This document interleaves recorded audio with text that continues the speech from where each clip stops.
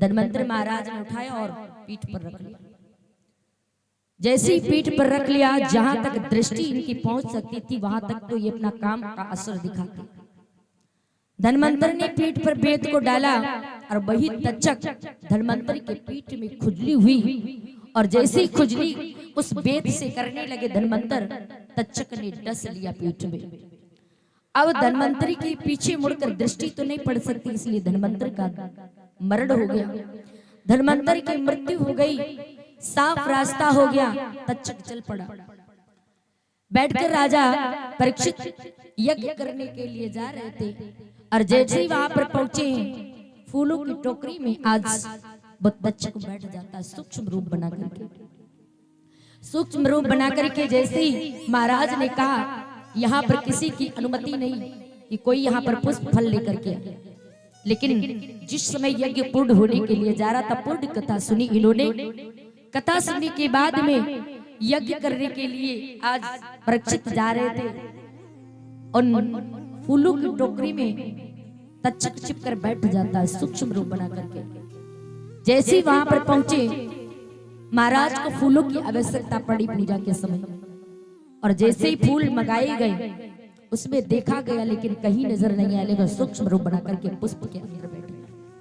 महाराज के पास में पहुंचा पूर्ण आहुति देने के लिए। जिस समय हवन के पास बैठे थे, महाराज ने पुष्प को उठाया,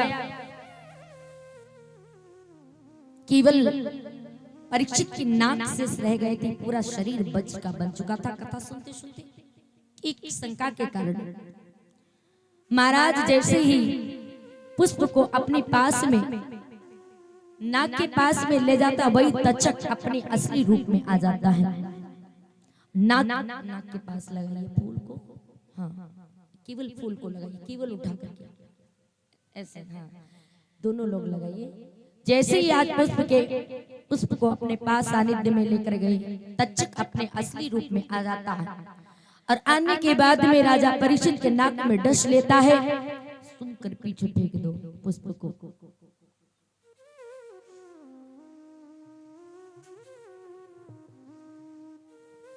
और जिस समय आज परीक्षित महाराज के नाक में वो तक्षक ने डसा, और उसी जगह पर सीधा राजा परीक्षित को मोक्ष मिल जाता है। कथा के द्वारा जो जिसको तक्षक डसता है उसको इतनी जल्दी मोक्ष नहीं प्राप्त होता है। ये असर किसका था? परीक्षित का मोक्ष हुआ है तो केवल भगवान की पावन कथा सुन करके मोक्ष हुआ है।